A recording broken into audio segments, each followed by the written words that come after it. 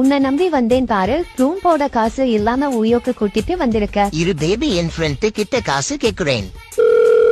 டே கையும்பி, petrol இல்லாம வண்டி நடு ரோட்டுல ஸ்டாப் ஆகிருச்சுடா. ஜிபேல 100 ரூபாய் இருந்தா அனுப்புடா. போக்கரனாய மூஞ்சிய பார்த்தா தெரியாது. 9 கூதை. டேய் நிஜமா தான்டா சொல்வேன், கையில சுத்தமா காசு இல்ல.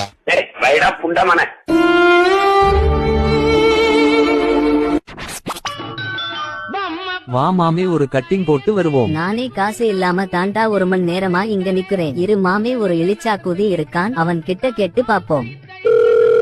டேய் பல்லு புண்ட, அர்ஜென்ட்டா 1000 ரூபாய் தேவைப்படுது, உன்கிட்ட இருந்தா ஜிபே பண்ணு. நமக்கு சரக்கடிக்க 200 ரூபாய் தான் தேவை. 200 ரூபாய் கேட்டா கம்மியா இருக்குன்னு சொல்லுவான், அதான் 1000 ரூபாய் கேட்டேன். 300 சென்ட் பண்ணாலும் நமக்கு லாபம் தான். என்கிட்ட 200 ரூபாய் தான்டா இருக்கு. சாரிடா, எனக்கு 200 ரூபாய் தான் தேவை, மாத்தி சொல்லிட்டேன். நீ அந்த 200 ரூபாய சென்ட் பண்ணு. சாரிடா, தப்பா சொல்லிட்டேன். என்கிட்ட 20 ரூபாய் தான் இருக்கு.